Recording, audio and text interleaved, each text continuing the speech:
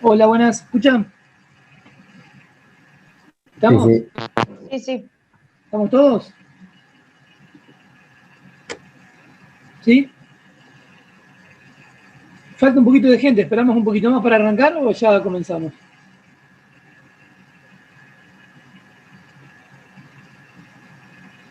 A ver.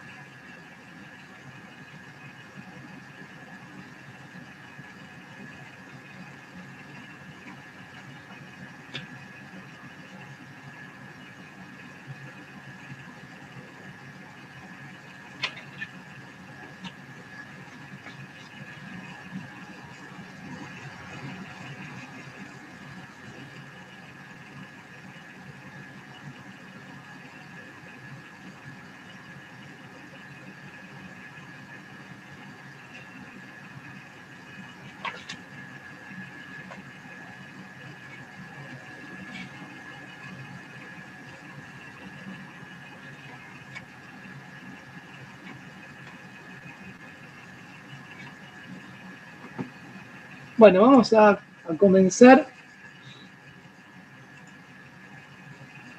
Aguarden un segundo que quiero ver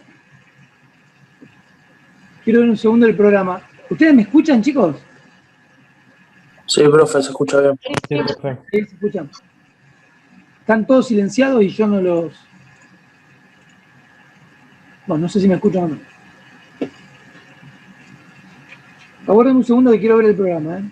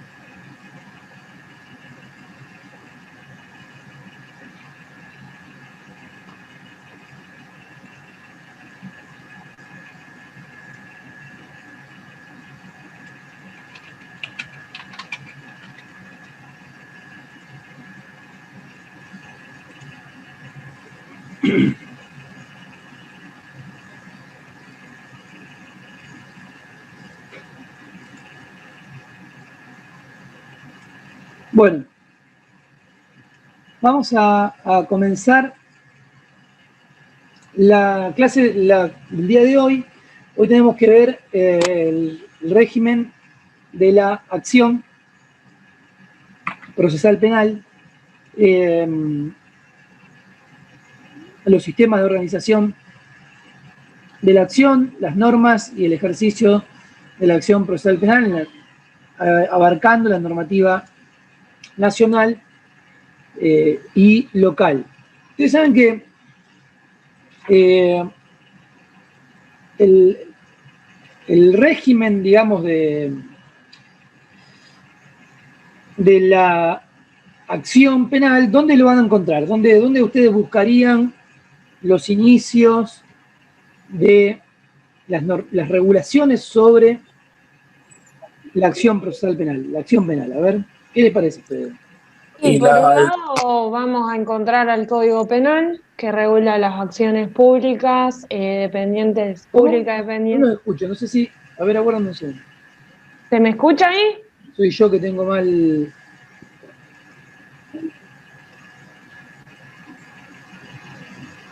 A ver si, los escucho ustedes, a ver. Por un lado vamos a encontrar al Código Penal, que regula las acciones públicas, las públicas dependientes de instancia privada y las privadas. Y por otro lado también vamos a encontrar el Código Procesal Penal de Santa Fe. A ver, ¿en dónde más? ¿Dónde más? Y en el Código Procesal Penal de la Nación también. ¿Cómo? Sí, los escucho, a ver. No, que en realidad el régimen de la acción general está en el Código Penal, pero Binder dice que es una potestad, digamos, de cada provincia y que debería regir en el Código Procesal Penal, digamos, de cada jurisdicción, como que la nación no tendría nada que ver, pero sin embargo lo reguló igual. Como que no es, como que es una facultad originaria de las provincias.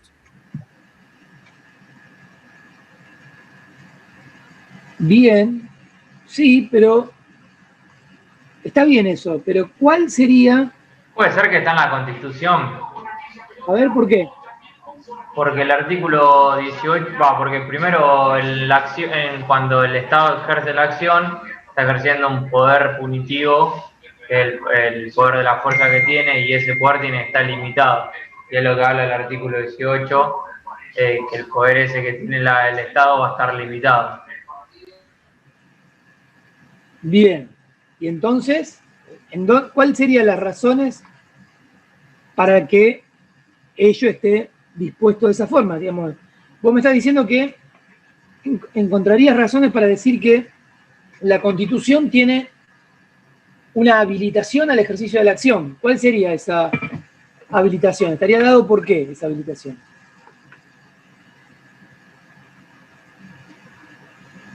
Está muy bien, ¿eh? Ignacio, no era vos, ¿no? Sí.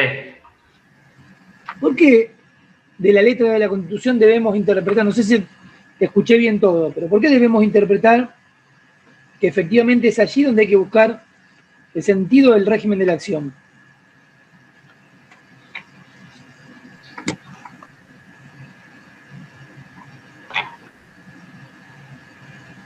¿Qué es lo que autoriza, como vos bien decís, qué es lo que autoriza la Constitución para que ejerza el Estado, en todo caso? El poder punitivo. Claro, y entonces, y tiene algunas, la Constitución tiene algunas limitaciones, formas de que se use ese poder punitivo. En el artículo 18 están los principios donde se establece que ningún habitante puede ser penado sin un juicio previo, ni juzgado por comisiones especiales y demás. Bien, y algunos principios no declarados, pero que son del derecho penal, ¿a ustedes les parece que son importantes para pensar en función de la acción? Sí, por ejemplo, el principio de lesividad. Bien. En el artículo 19. ¿Qué diría el principio de lesividad? Que, digamos, nadie está, digamos, se puede hacer lo que la ley no prohíbe, en resumidas cuentas. Digamos, y también, si por ejemplo un delito, la comisión de un delito no tiene mucha repercusión en el bien jurídico, digamos, no lo dañes de determinada manera, es como que también se puede relocalizar en el sistema penal y no necesariamente sancionarlo con una pena de prisión, sino darle otras salidas para descongestionar también un poco el sistema. Bien. Muy bien. Fíjense, ustedes estamos hablando de toda una... Y hay varias más. Por ejemplo, ustedes saben lo que es el principio de última ratio. ¿Qué quiere decir el principio de última ratio? Y que el poder penal debería ser la última opción, digamos, tratar de solucionarlo de otra manera, los conflictos. Bien. Fíjense que en toda esta introducción, nosotros de lo que estamos haciendo es... la prohibición de la doble punición. No sé quién... Julio,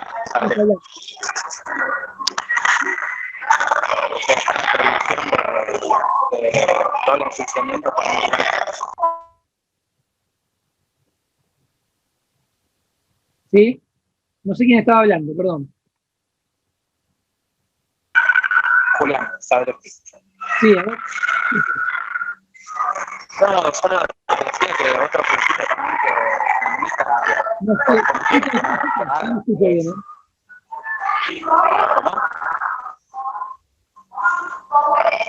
Hay un poco de ruido atrás, no se escucha bien.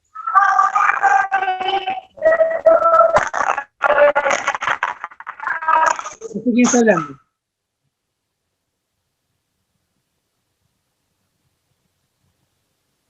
Bueno, no sé, ¿sigo? No sé si... Bueno, todos ustedes están hablando de una potestad, de una facultad que está reglamentada por parte de la Constitución, de alguna forma, de autorizar, de habilitar a que se utilice un método violento de intervención para gestionar un determinado conflicto. Esto está autorizado por la Constitución y está a su vez delimitado por la Constitución. Los principios constitucionales lo que hacen es justamente delimitar cuál es el marco el marco habilitante de esta forma de intervenir en los conflictos penales. Y esta es, de alguna manera, lo que sirve de puntapié inicial para pensar los distintos regímenes de las acciones en materia penal, porque la acción, de alguna forma, es un canal, una habilitación que presentan las normas legales y constitucionales para que de alguna forma se realice el derecho a la tutela judicial de las personas afectadas y entonces pueda de esa forma canalizarse por medio del Estado una intervención que autorice o legitime la aplicación del poder de punir. Sobre esto, en general, ustedes van a ver que la literatura procesalista ha tenido una mirada bastante despegada, digamos, del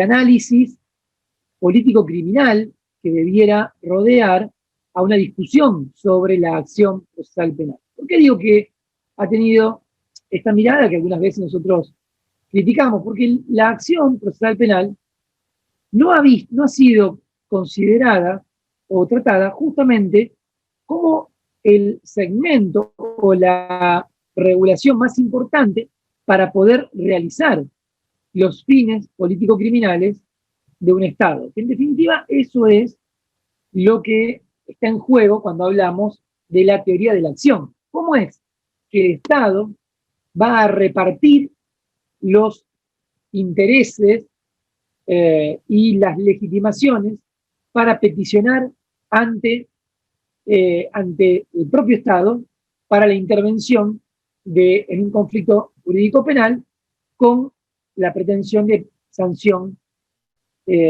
punitiva o de aplicación del poder punitivo? Esta es, pensar el régimen de la acción desde la política criminal nos va a permitir entender cuáles son las razones por las cuales debiéramos regular todo el régimen de la acción procesal de la forma que lo hacemos y también entender los problemas que tiene que no se hagan esas regulaciones con esa perspectiva. Y esto, si bien durante mucho tiempo no tuvo gran debate y gran concentración, hoy por hoy, sobre todo ingresados los sistemas procesales de reformas, tiene cada vez más discusión. Es decir, ¿a quién y por qué le damos la potestad, la facultad de reclamar la intervención del Estado en la aplicación del poder de punir? Ustedes hoy ven con bastante naturalidad, diría yo, que quién es la persona que inviste esa facultad en la vida actual, en la vida moderna, hoy en Argentina, o diría en la historia del derecho penal. Si bien ha habido variaciones, pero hoy actualmente, ¿quién es quien inviste esa facultad? ¿En la provincia de Santa Fe o en Argentina? ¿Quién tiene la potestad? ¿Cómo? El ministerio. El fiscal, digo, el que ejerce la acción penal. Claro. Hoy, quien está investido de la facultad del ejercicio de la acción penal es, efectivamente, el fiscal. De allí que nosotros decimos que la acción penal es una acción de carácter público. ¿Por qué decimos que la acción es pública? Porque en materia penal, para que se ponga en marcha un proceso penal en función del ejercicio de esta acción penal, necesariamente ese ejercicio debe ser de carácter público. Ustedes saben la diferencia de la realización del derecho civil. La acción civil es una acción que está en cabeza de ¿quién? De las Las partes. partes. De la víctima. De la víctima. A ver, ¿por qué? ¿Por qué diríamos de la víctima? Porque la víctima es la que tiene que impulsar el sistema, digamos, tiene que ir a realizar la denuncia, etcétera. Pero digo, en el derecho civil, vos tenés No, que- los particulares. los particulares. Ahí hay, todavía el tema y el término víctima todavía no vamos, después vamos a entrar sobre eso, pero en principio quien en materia civil, uno tiene que ejercer, tiene que requerir la intervención de los tribunales en materia civil. La acción la ejerce un particular. ¿Qué implica ese ejercicio de la acción de parte del particular? ¿Qué va a generar ese ejercicio de la acción? Que son ellos quienes deben impulsar el proceso. Claro, y eso, ¿qué desencadena? Cuando alguien ejerce ¿cómo se ejerce la acción civil? La acción procesal civil. ¿Cuál sería el primer acto manifiesto de ejercicio de la acción civil? A partir de la demanda. Cuando se interpone la demanda. Por ejemplo, la interposición de la demanda marca un punto de inicio en el ejercicio de la acción. ¿Y qué pasa con esa interposición de la demanda? Lleva la pretensión al plano jurisdiccional. Bien, ¿y qué hace el juez, la jurisdicción? ¿Qué hace con esa Da demanda? lugar o no a la demanda. Corre traslado, Antes de dar lugar, ¿qué hace? corre traslado a la otra parte contesta, y todo un proceso. Exactamente. Y entonces esto genera lo que nosotros conocemos como la noción, la idea de la acción como una instancia proyecticia. Una instancia que dice proyecto, esto es el derecho procesal civil. Ahora bien, en esta idea de la acción como un poder del particular para requerir la intervención del Estado, en materia penal, por razones históricas, políticas, culturales, etc., no fue así. Sin acepto un derrotero histórico, porque sería muy largo, ustedes saben, y difícilmente ubicándola temporalmente, porque sería un ejercicio, como digo, muy largo, y no tenemos tiempo tampoco. Nosotros siempre explicamos que en unos primeros momentos, si nos ubicamos antes de la Roma, en Grecia, digamos, en el mundo griego, las primeras acciones había lo que se conocía como acciones populares. ¿Esto qué quiere decir? Que cualquiera de los integrantes de la comunidad podían requerir la intervención de la estatalidad. Todavía está mal hablar de Estado en esta época, pero bueno, de la intervención de la comunidad organizada, digámosle, para que, de acuerdo a los representantes de esa comunidad organizada, puedan intervenir en el conflicto que se les lleva. Cualquiera de estas personas. ¿Por qué? Porque se entendía que determinados conflictos afectaban a la totalidad de la comunidad y por tanto cualquiera podía ir a peticionarle a las autoridades. Ahora, ¿ustedes conocen algún ejemplo actual de acciones populares? Es decir, que aún no siendo el principal afectado puedan ir a requerir la intervención estatal para gestionar un conflicto determinado. Las cuestiones ambientales. El ambiental. Por ejemplo, ¿en qué aspecto? Sí, ¿en cuál? Cuando se Y causa un daño contaminación. ambiental de incidencia colectiva. Exactamente. ¿En qué ley en Santa Fe todavía prevé una acción de esa naturaleza? ¿La conocen? La ley La 10.000. 10.000. La famosa ley 10.000. Tiene una posibilidad de entablar una acción popular. Es decir, cualquier persona puede ir a reclamarle al Estado que intervenga. Pero fíjense, yo se los pongo como ejemplo para que ustedes vean, piensen que esa es la esencia de la acción. La acción es un poder, una potestad que se le da a determinados ciudadanos para que le reclamen al Estado la intervención para realizar el derecho a la tutela judicial. Tenemos derechos Y esto también no vamos a desarrollar porque no hay tiempo, en otra época dábamos una clase mucho más larga sobre esto.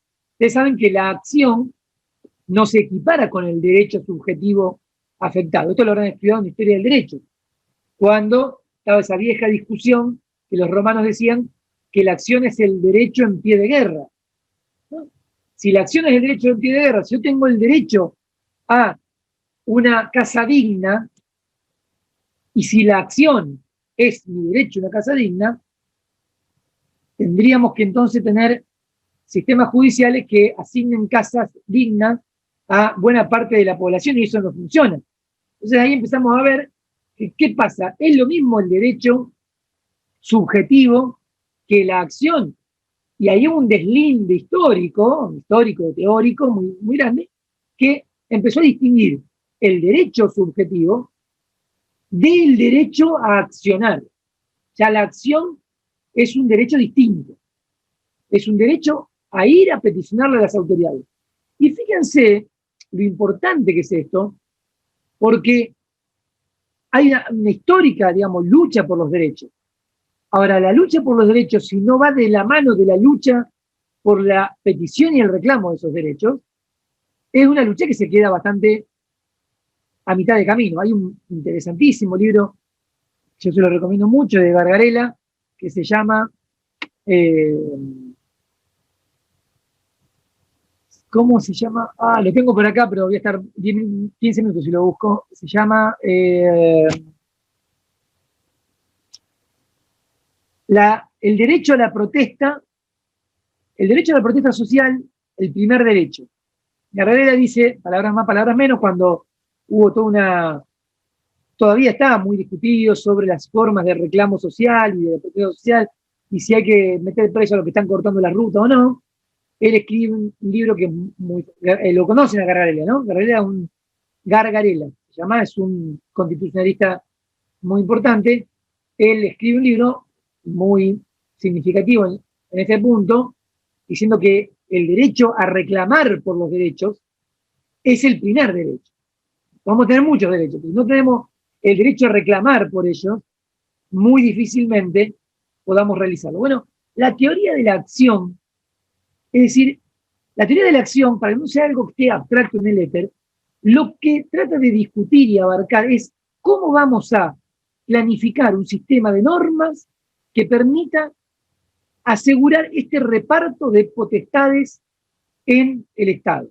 ¿Cómo es que el Estado le va a dar a las personas esas potestades para que puedan ir a peticionar, para reclamar por la tutela judicial? La tutela judicial, ¿cuándo aparece? Cuando se me lesiona un derecho. Yo tengo el derecho tengo un derecho subjetivo consagrado. Cuando se me afecta ese derecho subjetivo, aparece mi derecho a que me tutele judicialmente. La famosa tutela judicial efectiva, reconocida por el Tratado Internacional, la Corte Interamericana, etc. Ese derecho es el que se traduce en la acción. Y nosotros ahora estudiamos la acción procesal penal. Pero imagínense cuánto hay aquí para dar en un montón de tareas, de materias, por ejemplo, las problemáticas ambientales y tantas otras. Esto va de la mano también de cómo empezamos a conceptualizar a las víctimas. Es decir, ¿quiénes son víctimas? Si es que porque víctima nos va a servir como instancia de habilitación del ejercicio de la acción. Si a las víctimas le vamos a dar el derecho a peticionar ante las autoridades para la satisfacción de su tutela judicial efectiva, afectada, lesionada, ¿quién es víctima de un delito? Y siempre, todos los delitos tienen que tener una víctima. Y ahora vamos a hablar un minuto sobre eso. Ahora bien. Profe, perdón, a Sí. mí me quedó una duda. Cuando usted dijo que el ejercicio de la acción penal lo realiza el fiscal, en el caso de los abogados querellantes, ¿cómo sería? Ahora vamos sobre eso. Yo les decía que entre nosotros, actualmente, esa potestad de accionar la tiene el fiscal. ¿Sí? Ahora, en materia procesal penal, van a ver que no es exclusiva esa potestad. Que pueden haber otros actores que ejerzan la acción penal. Pero antes de entrar en esto, fíjense que ya vimos que en la antigüedad existía la acción popular y que hoy todavía entre nosotros hay vestigios de ello, por ejemplo, en las acciones colectivas. Es decir, yo creo que ustedes entiendan de qué hablamos cuando hablamos de el régimen de la acción. Estamos hablando de cómo el Estado va a repartir estas funciones. Y ahora sí, vamos al derecho penal. ¿Qué pasó en el derecho penal? El derecho penal, hoy ustedes saben que le ejerce el fiscal a la acción. ¿Esto qué quiere decir? En términos de lo que venimos hablando hasta ahora. Que el Estado decidió que quién iba a poder reclamar la tutela judicial. ¿Quién es? ¿Quiénes somos los que vamos a poder hacer eso? El mismo Estado. El Estado. El propio Estado en cabeza de quién. Ustedes lo han dicho, ¿de quién? Fiscal. De los fiscales. Es decir, Sí, fiscal. Son los propios fiscales los que tienen la potestad de reclamar al Estado la intervención. Y esta es una consagración que tiene su historia y sería una picardía que ustedes la naturalicen y perdiendo de vista cuál ha sido esa perspectiva y esa historia por los cuales hoy, naturalmente decimos que la acción penal la ejercen el Estado. La acción civil, ¿la ejerce el Estado? No, la ejercen los particulares. En cambio, la acción penal la ejerce el Estado. Acá ustedes vieron, hay lo que se conoce, hay una conferencia que dicta Foucault en Río de Janeiro, muy famosa, que se publicó en un libro que se llama La verdad y la forma jurídica, que ustedes tienen que leerlo. Digamos, no pasen por la facultad sin leer a Foucault y particularmente ese libro, en donde él dice que el Estado, justamente, fundamentalmente lo ubica temporalmente en lo que serían los comienzos de los estados absolutistas, finales de la Edad Media, lo que hacen es expropiar el conflicto a las partes, a las partes involucradas, y se lo dan al Estado para que gestione la intervención en esos conflictos. Con anterioridad a esto, veníamos de todo lo que ha sido el derecho germánico, que es el que viene a posteriori del Imperio Romano. Ustedes saben, Roma tuvo distintos pasajes, una fase de república y una fase imperial. A posteriori de esto, comienzan los pueblos germanos. El derecho penal de los pueblos germanos era un derecho penal fuertemente de confrontación, de lucha entre las partes involucradas, y la comunidad organizada representada intervenía para asignar la consecuencia jurídica, la consecuencia sancionatoria, pero el proceso, digamos, la discusión para asignar una responsabilidad se trababa en lucha. De allí también que durante todo este tiempo fue el eje rector en materia probatoria eran las ordalías. Ustedes saben lo que son las ordalías, es decir, eran formas de probar en ámbitos judiciales que estaban atravesados por la magia, la mística y en general por desafíos entre las personas y la naturaleza. Esto, después podemos hablar un poco más si quieren de la ordalía, pero todo esto, en realidad, yo se los cuento para que ustedes vean que en esa época no había algo así como una acción pública concentrada y monopolizada en un poder estatal concentrado y monopolizado, sino que lo que había eran dos partes que luchaban y así surgía, digamos, culminaba esto en una solución para el caso. Bueno, esto en la edad, entrada de la Edad Media ya y finalizada la Edad Media, comienza a quebrarse esa idea de de que estos conflictos son un problema entre particulares y empieza a aparecer el Estado. Y aparece el Estado, dice Foucault y Binder en una lectura que no sé si se la dejamos, se llama La fuerza de la Inquisición y la debilidad de la República. ¿La tienen esa lectura? Bueno, Binder en esa lectura explica muy claramente que esto es lo que él, aquí nace, digamos, lo que él denomina el derecho penal de la infracción. El derecho penal él le llama infraccional.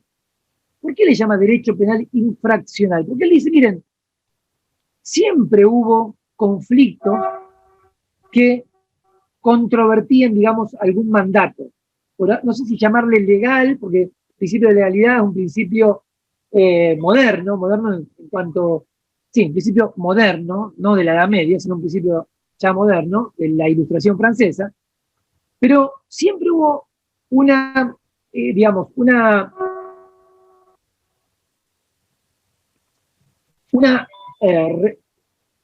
sanción, digamos, vinculada a el incumplimiento de estos mandatos. Ahora, el punto es, dice Binder, que, siguiendo la Foucault en esto, ¿no?, que en esta época, cuando ese conflicto que comprometía a dos personas, deja de ser un conflicto que compromete a dos personas para interesarse el Estado en él, el Estado crea todo un sistema que está apoyado por la identificación de la infracción, es decir, el quebrantamiento que el supuesto infractor genera de la norma que manda el soberano. Esa norma que manda el soberano es la que el supuesto infractor quebranta, y entonces, dice Binder, todo el edificio judicial y el edificio del sistema penal deja de construirse para pensar el problema entre víctima y victimario, entre la persona que, para hacerlo bien gráfico, que le robó y le robaron, o el acusado de un robo y la víctima del robo, deja de ser, él le llama a esto el conflicto primario, deja de importarle el sistema de justicia que se estaba construyendo en esa época, ese conflicto, para pasar a importarle un segundo conflicto, que es el conflicto que se identifica con la infracción a la norma. Entonces ahora ya el verdadero afectado no es la persona a la que le robaron, sino es el soberano, que dijo, no robarás. Cuando el soberano dice, no robarás, y una persona que está bajo su mando roba, lo importante para el sistema de justicia penal que se estaba creando en aquellas épocas, en las épocas de los absolutismos, deja de ser el robo para pasar a ser el quebrantamiento de la norma que dispuso el soberano.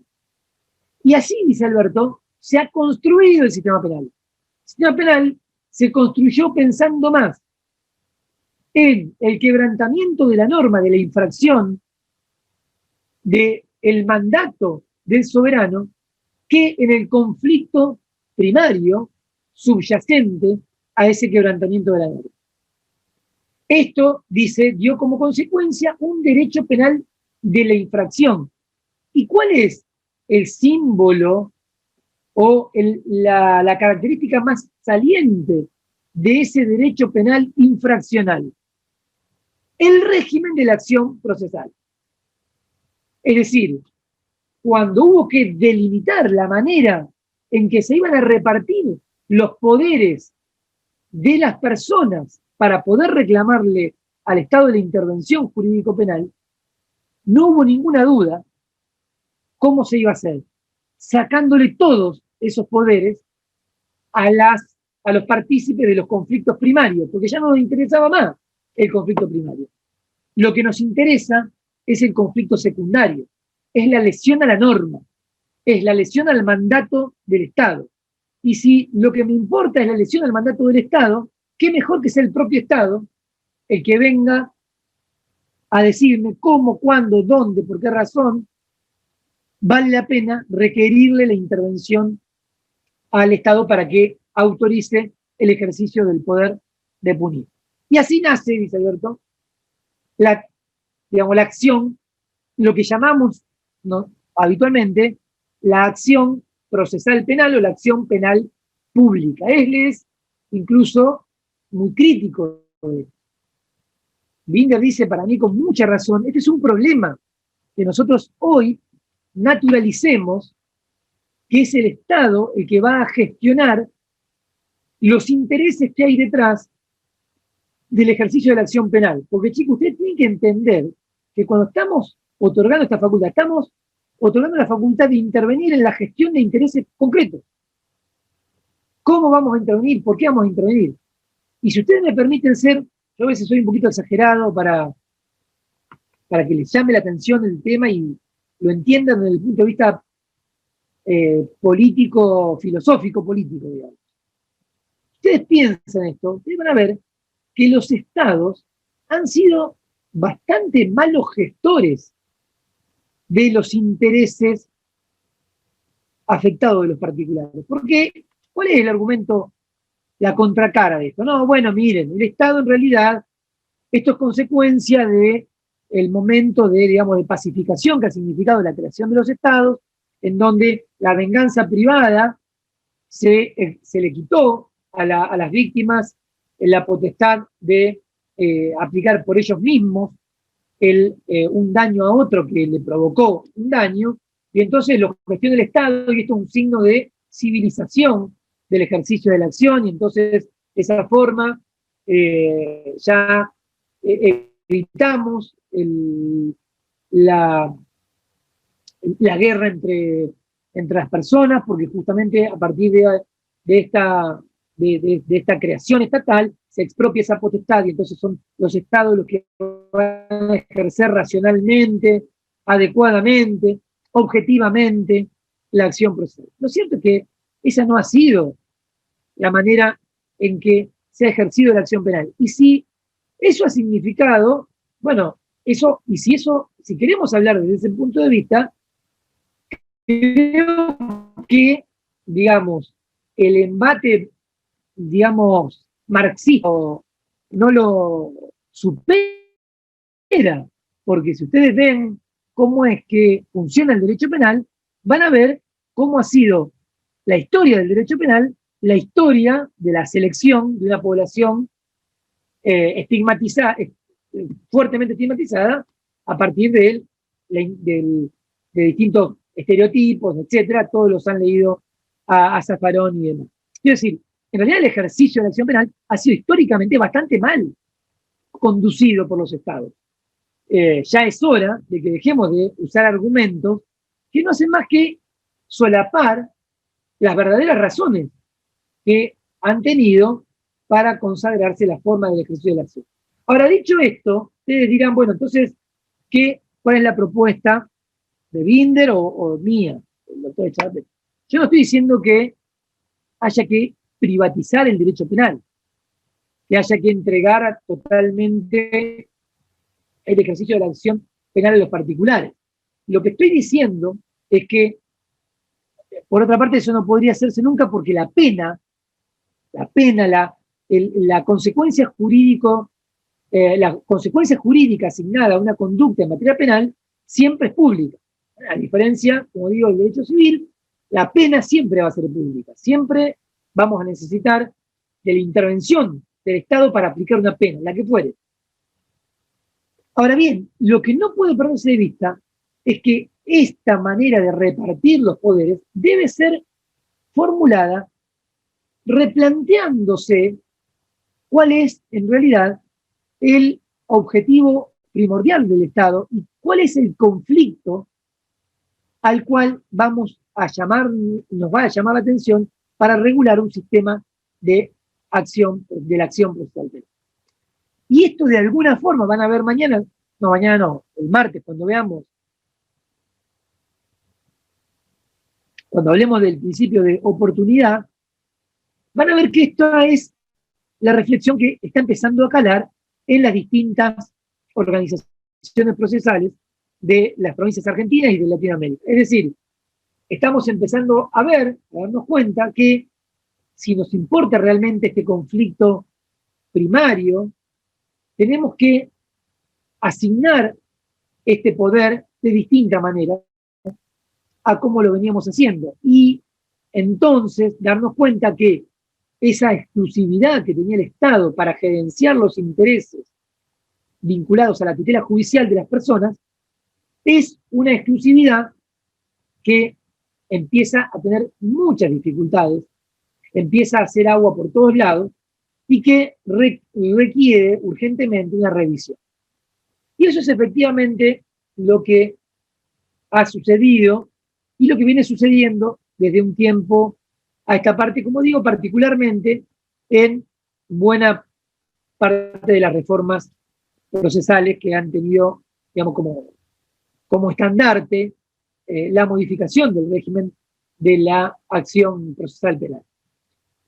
Vamos a ver, ustedes vieron que hablamos antes de comenzar que la acción, ahora sí, esta delimitación constitucional de la posibilidad de ejercer el poder punitivo, está regulado, y acá se abre una discusión sobre esto, está regulado por leyes procesales y leyes de fondo.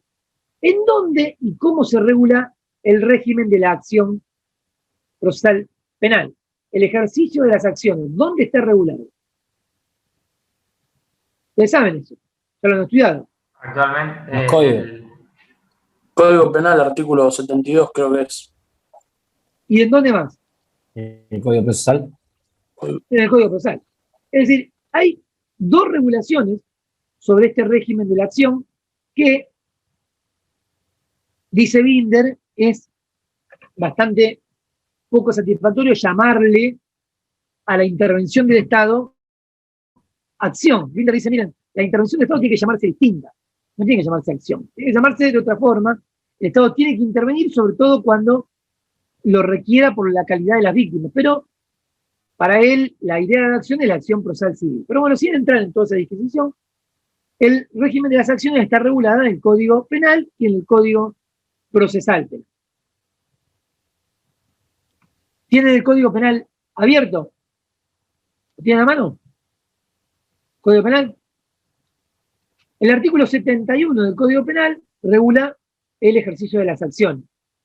Dice el artículo 71, sin perjuicio de las reglas de disponibilidad de la acción penal previstas en las legislaciones procesales, deberán iniciarse de oficio todas las acciones penales, con excepción de las siguientes: las que dependan de instancia privada y las acciones privadas.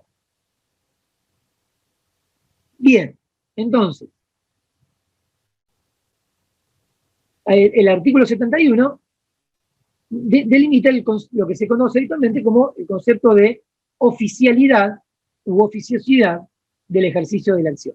Es decir, la acción penal es una acción penal que va a ser ejercida por órganos públicos. Esto introduce una primera variante que lo vamos a hablar, creo que la semana que viene, la otra, que quiere decir que en realidad no está diciendo quién lo va a ejercer, sino cómo se va a ejercer, que las acciones son públicas, quiere decir que intervienen agentes del Estado. Ahora, ¿siempre intervienen agentes del Estado exclusivamente? Bueno, aquí vamos a ver que hay dos tipos de acciones. Las acciones, siempre se dice que las acciones son públicas. Ahora, contamos con acciones que dependen de instancia privada y con acciones privadas.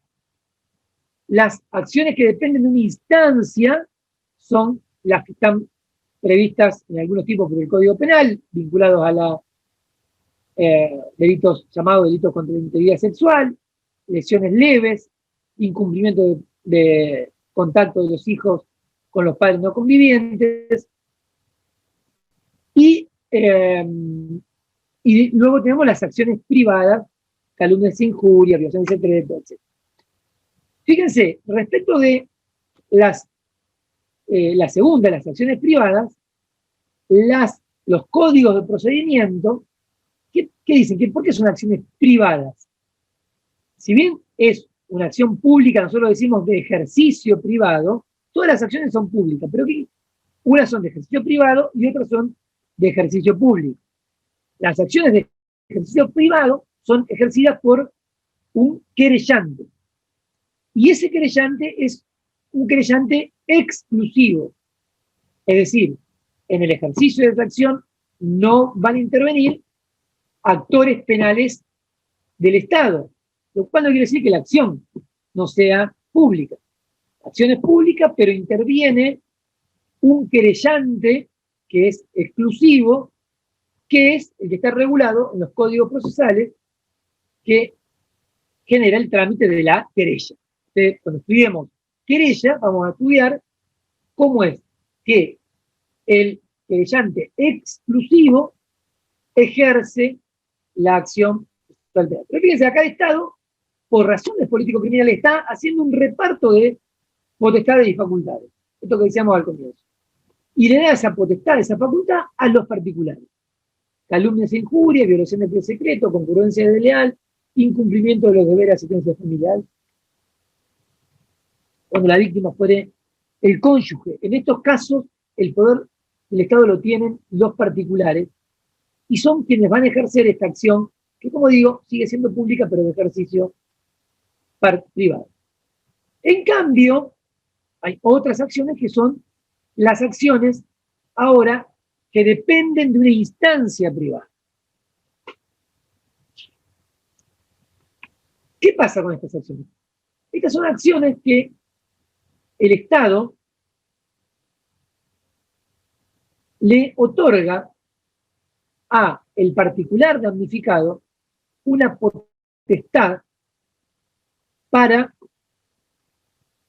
decidir el progreso o no de esa acción. La acción es de ejercicio público, es una acción pública de ejercicio público, pero depende de que se libere ese obstáculo para que progrese la acción procesal penal. Entonces, la instancia privada, si bien digo, es un obstáculo al ejercicio de la acción. ¿En qué consta esta instancia? Es la manifestación de la persona con facultad, efectivamente, de instar, que pone de manifiesta su voluntad de que se avance en la investigación y sanción de los responsables por ese hecho delictivo. Esto no la tiñe a la acción de privado, ni mucho menos, sino que solamente le otorga ese poder, esa facultad a esta persona para que pueda liberar el ejercicio de ese poder de investigar y punir. O sea, estas son acciones públicas, de ejercicio público, que dependen de una instancia privada, que es un obstáculo. Cuando estudiamos las características de la instancia, nosotros decimos siempre que esta instancia es un poder que se le confiere al particular, que, fíjense que está regulado en el Código Penal, y que impide que, si no se remueve esa instancia, se pueda efectivamente formar una causa penal.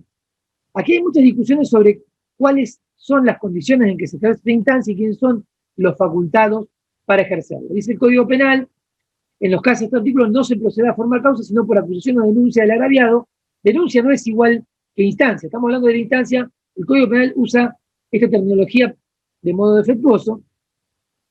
Dice denuncia del agraviado, de su tutor, guardador o representantes legales. Sin embargo, se procederá de oficio, está reformado, en los casos del inciso primero, contra la integridad sexual, cuando la víctima fuera menor de 18 años de edad o haya sido declarada incapaz, y en los casos del inciso segundo, cuando vinieron razones de seguridad o interés público. En los casos del inciso 2 y 3, cuando el delito fuera cometido con un menor que no tenga padre, tutor, guardador, o que la fuera por uno de sus ascendientes, tutor, guardador, o cuando existen intereses gravemente contrapuestos entre estos y el menor, siempre que resultara más conveniente para el interés superior de aquel. Es decir, en todas estas hipótesis, el Código Penal lo que hace es volver a la regla general. Para todos estos casos es necesaria la autorización del particular damnificado. Ahora, cuando estuviésemos incursos en alguna de estas hipótesis, esa facultad de obstaculizar el avance del proceso penal se ve removida por estas normas. Como digo, cuando haya circunstancias de interés público, cuando se trate de menores de edad, delitos de violencia sexual, o cuando hubiere intereses gravemente contrapuestos entre la persona que tiene la facultad de remover la instancia y el afectado. ¿Cuáles son los casos típicos que se ponen en esta materia?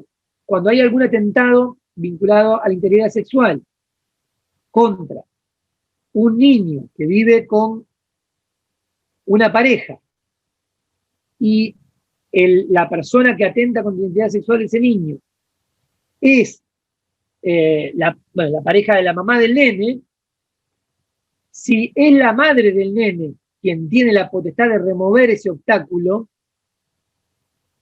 hay allí, o puede haber allí, eventualmente algún interés contrapuesto que autorice a que el Estado directamente avance sin necesidad de remover ese obstáculo. ¿Sí? Hay muchos más ejemplos, pero siempre nosotros ponemos algunos de ellos. Ahora, ese poder de instar, también se explica, siempre es un poder que es fugaz, es decir, que se agota con la puesta en conocimiento, con la manifestación que se le requiere a esa persona que tiene el poder de instar. Por otra parte, también el poder de instar es un poder de instar irretractable, es decir, no hay manera, digamos, no puede la instancia, una persona autorizar, desautorizar, la famosa levantamiento, yo le voy a levantar la denuncia, en materia de instancia, no existe, esto no puede, no está admitido, digamos, sobre todo por la jurisprudencia. Ese poder de instar no es retractable. Por otra parte, también la instancia es una facultad que, si bien no necesariamente tiene que ser espontánea, sí tiene que ser libre. Es decir, la persona que tiene el poder de instar tiene que tener pleno conocimiento de lo que se le está consultando y efectivamente tiene que tomar libremente la decisión de avanzar o no avanzar en una investigación de esa naturaleza. Por eso nosotros decimos que el poder de instar es libre. ¿Eso quiere decir que sea espontáneo? No necesariamente. Porque si por espontáneo entendemos que tiene que concurrir a una agencia de investigación a manifestar su poder de instar, claramente no estamos en presencia de ello. Ahora, sí tiene que ser libre. Es decir, puede ser convocado a que venga a un ministerio público, a la fiscalía, a la policía, y se le consulte allí si quiere instar la acción penal. De hecho, eso sucede todos los días. Cuando hay lesiones en el marco de accidentes de tránsito, cuando se tratan de delitos vinculados a esta nomenclatura que prevé el Código Penal, se le consulta si quiere instar. Esto quiere decir que claramente la instancia, no sé si es plenamente espontánea, pero claramente hay allí una importante cuota, tiene que haber una cuota de libertad para decidir si avanzar. Y por último, como último carácter de la instancia, nosotros decimos que la instancia, hay una vieja lectura de Ríos, y no sé si la tienen por ahí, después se la voy a buscar, que la instancia es objetivamente divisible. Perdón. Objetivamente es divisible. Ahora, subjetivamente no lo es, indivisible. ¿Qué quiere decir? Que las personas, el poder de instar puede autorizar al Estado, en los casos que sean delitos con una progresión de afectación, por ejemplo, en materia de delitos contra la integridad sexual. Una víctima quiere manifestar su voluntad de instar hasta determinado aspecto de la comisión del delito, pero no quiere que se avance más en la investigación. Fíjense que la instancia en este caso está dispuesta para asegurar la integridad y la no revictimización de la persona que fue víctima de un delito. Es decir, si ella es víctima de un delito y además tiene que ser expuesta ante los riesgos que tiene una investigación, bueno, justamente como eso genera una afectación a la intimidad de esta persona, se le pregunta a ella, la principal afectada, si efectivamente quiere y desea avanzar en esa investigación. ¿Qué quiere decir que objetivamente es divisible? Bueno, que puede decidir, mira, yo quiero que se investigue, pero quiero que se investigue hasta acá. No quiero que se avance más en la investigación porque eso afecta mi integridad. Ahora, subjetivamente no lo es.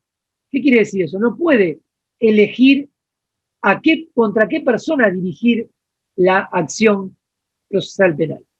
En ese sentido, la instancia no permite una selección de los sujetos que pueden llegar a estar involucrados, aunque sí permite una delimitación del alcance del objeto de esa investigación. ¿Entiende esto?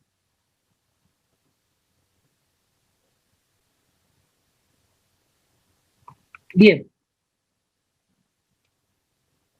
Por último, toda la regulación del régimen de la acción, ustedes vieron que se regula en el Código Penal y en el Código Procesal Penal. Y aquí hay una discusión muy grande que tiene que ver con cuál es el código, cuál es el libro, el texto normativo que debe regular el régimen de la acción.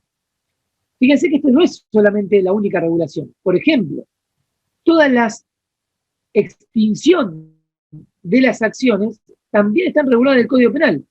Si ustedes ven el artículo 59 del Código Penal, dice que la acción penal se extinguirá, y miren cómo está reformado por la ley 27.147, cómo está reformado el Código Penal. Dice, por la muerte del imputado, por la amnistía, por la prescripción, por la renuncia del agraviado respecto del delito de acción privada, por la aplicación de un criterio de oportunidad de conformidad con lo previsto en las leyes procesales correspondientes, por conciliación o reparación integral del prejuicio, de conformidad con lo previsto en las leyes procesales correspondientes, y por el cumplimiento de las condiciones establecidas para la suspensión del proceso de prueba, de conformidad con lo previsto en este código y en las leyes procesales correspondientes.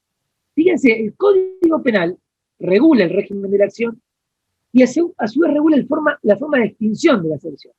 Y cuando lo hace en ambas regulaciones, ¿a dónde remite? A partir de la reforma de la ley 27.147 del año 2015 de esta reforma. ¿A dónde remite? A ver, si ustedes, yo le pregunto, ¿a dónde vamos a buscar en primer lugar el régimen de regulación de las acciones? Al Código Procesal. A los códigos procesales de las provincias. Es decir, el Código Penal, en esta reforma, adoptó una posición dentro de la discusión sobre dónde se regula el régimen de las acciones. ¿Cuáles eran las dos discusiones? Bueno, ¿quién regula el régimen de acciones? Unos decían la nación, otros decían las provincias. Quienes decían que esto lo debía regular las provincias decían, miren, el régimen de la acción hace a una materia no delegada por las provincias a la nación, como son las normas de procedimiento. Ustedes saben que por imperio de la Constitución Nacional, las provincias se reservan la potestad de regular en materia de los códigos procesales. Y en cambio, le delegan a la nación la regulación de los códigos de fondo, los códigos sustantivos. El punto es, bueno, las acciones son materia de fondo o de forma. Claramente es una regulación procesalista. Ahora, desde siempre estuvo regulada en el Código Penal.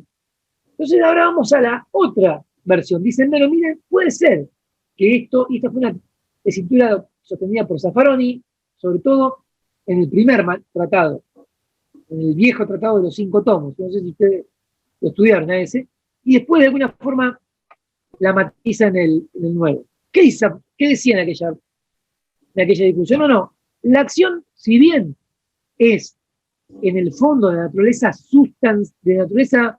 adjetiva, procesal, debe ser regulado en los códigos penales porque detrás de ello hay un objetivo de realización del principio de igualdad ante la ley.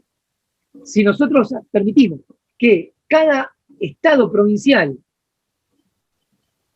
regule como quiera el régimen de la acción, entonces estaremos fuertemente alterando la igualdad ante la ley. Y fue así que, históricamente, la tradición histórica de los procesos constitucionales provinciales y nacionales tuvo como consecuencia que el régimen de la acción era regulado en el sistema nacional. De hecho, la suspensión del juicio a prueba aparece en primer lugar en el Código Procesal, en el Código Penal, artículos 76 y siguientes, y luego en las provincias. ¿Cuándo empezó a hacer ruido esta regulación? Bueno, cuando empezaron a haber reformas procesales en América Latina. Cuando nos dimos cuenta que el régimen de la acción era un régimen muy importante para pensar las distintas formas de intervención de los estados en materia penal. Y cuando nos dimos cuenta que esta era la manera de realizar la política criminal de los estados, vamos a charlar la clase que viene sobre esto, sobre cómo el ejercicio de la acción es la herramienta para realizar la política criminal.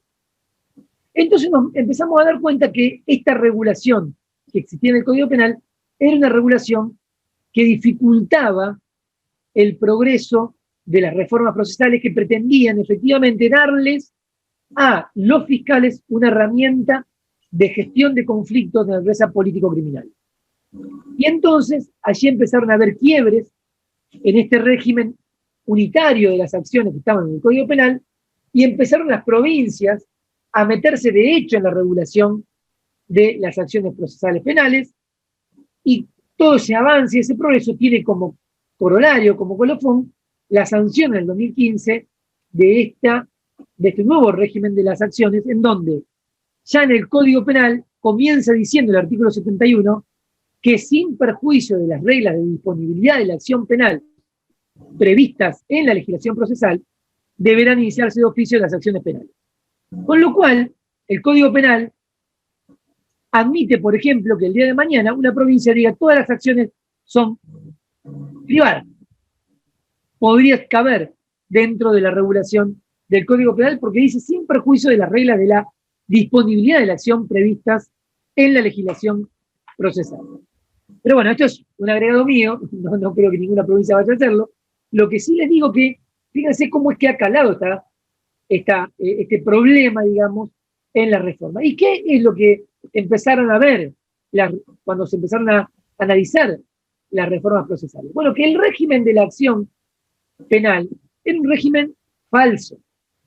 El régimen de la acción, ¿en qué sentido era un régimen falso? ¿Por qué? Porque partían del principio de oficiosidad y del principio de legalidad en el ejercicio de la acción. ¿Qué quiere decir principio de legalidad del ejercicio de la acción? Lo que decía el viejo artículo 8 del Código Procesal Penal Reformado, Ley 6740. Todas las acciones penales deben iniciarse de oficio y no pueden hacerse cesar por ninguna razón y todos los casos deben ser así investigados.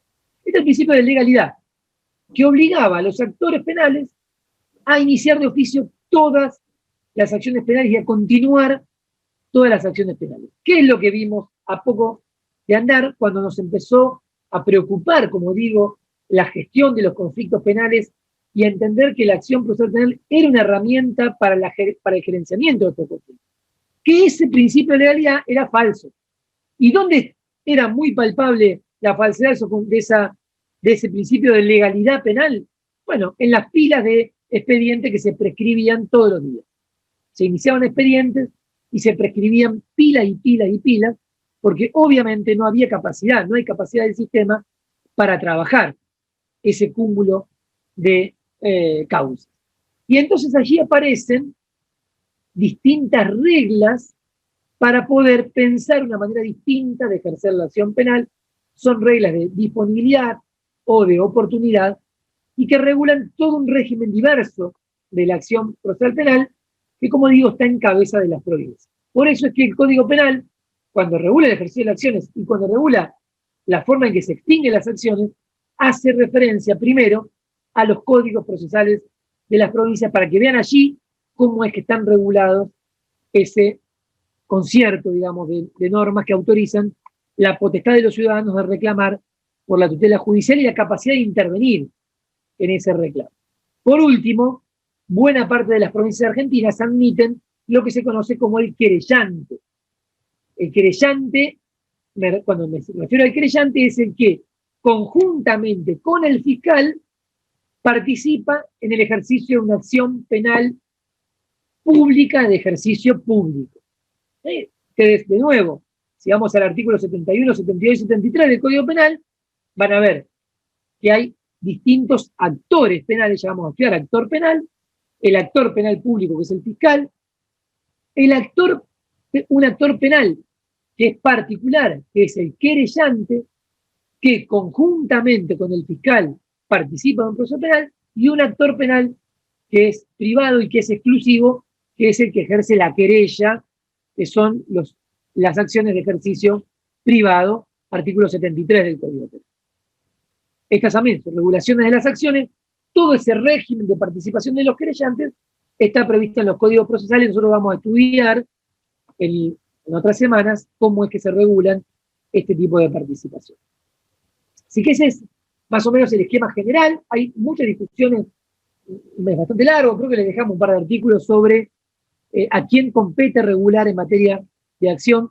Claramente que esta competencia ahora está delegada en las provincias y por eso es que nosotros siempre decimos que todas las regulaciones penales o de fondo que haya en materia de acción siempre van a tener que estar sujetas a lo que disponen las provincias.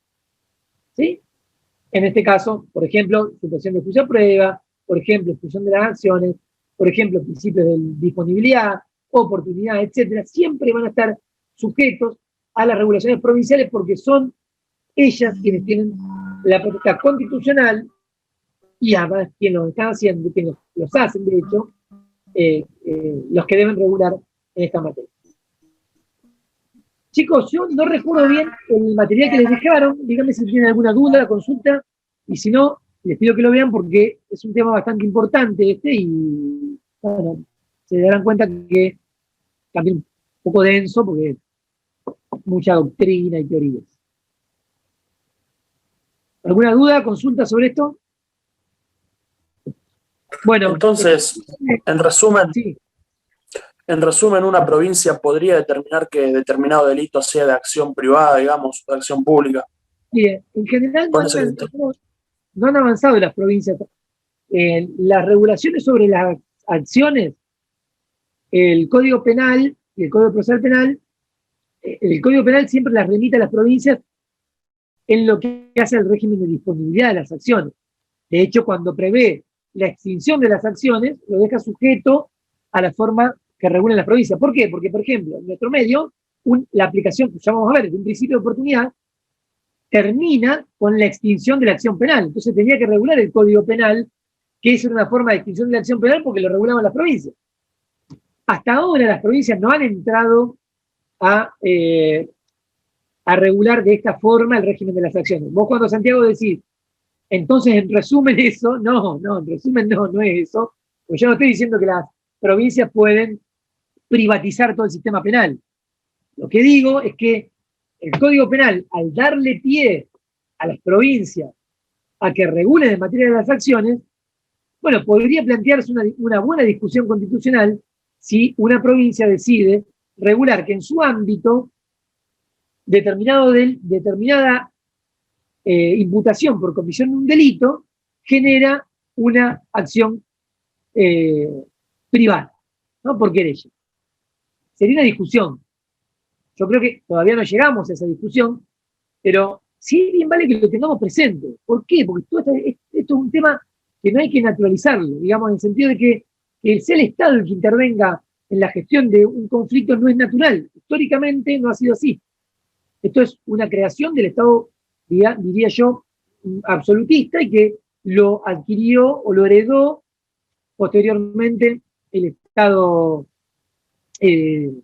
luego ilustrado. Pero, por ejemplo, miren, para poner un ejemplo, en algunos países anglosajones, o de fuerte tradición anglosajona, ni siquiera está tan claro esto. Por ejemplo, en Inglaterra, hasta hace muy poco tiempo, no existían los fiscales, no había la fiscalía, no había un actor público.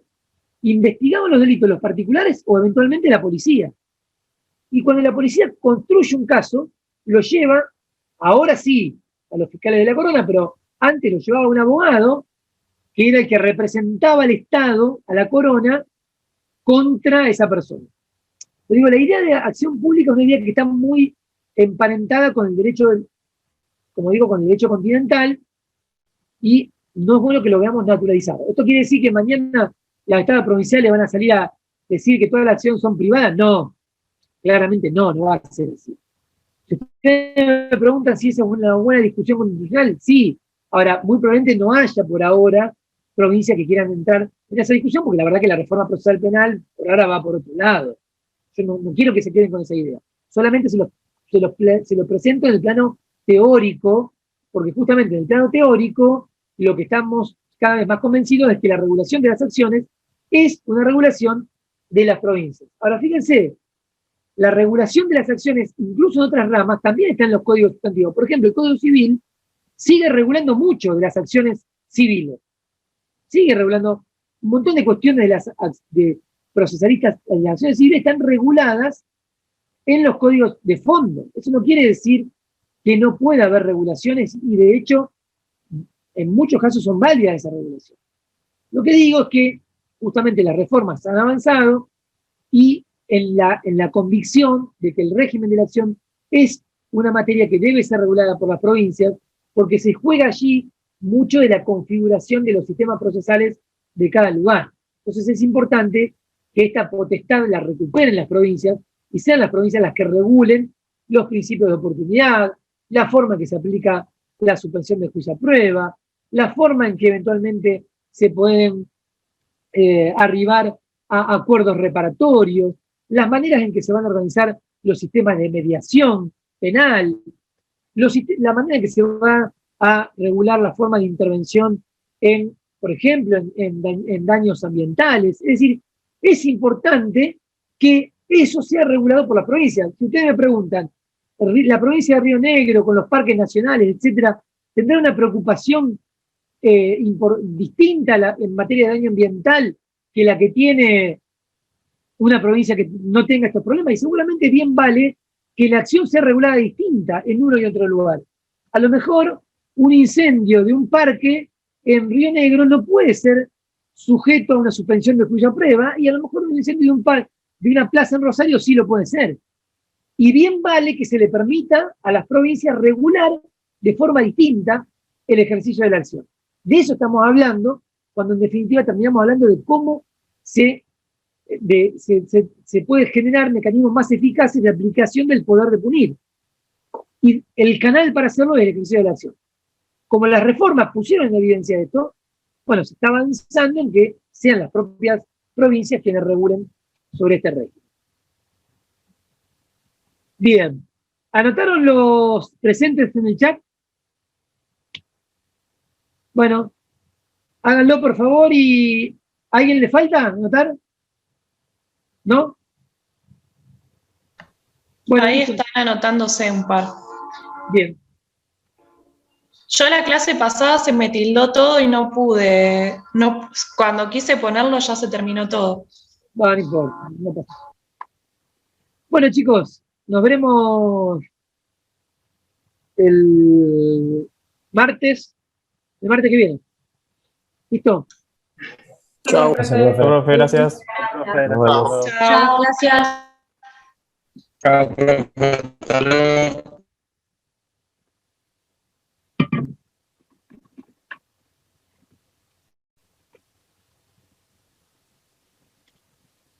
Caro, ¿todo bien? ¿Todo bien, vos? Bien, bien. ¿Qué decís, los pibes? ¿La nena entró o no entró a la escuela? ¿Había rendido al poli? Sí, pero no va a ir a esa escuela, va a ir a otra. Así que no. Ah. Bien. Los chicos tuvimos la clase el viernes. Vos decís los que nos tocó a nosotros, los del grupo, re bien. Al principio estaban calladitos, como que estaban medios tímidos y después empezaron a preguntar dudas con respecto a la clase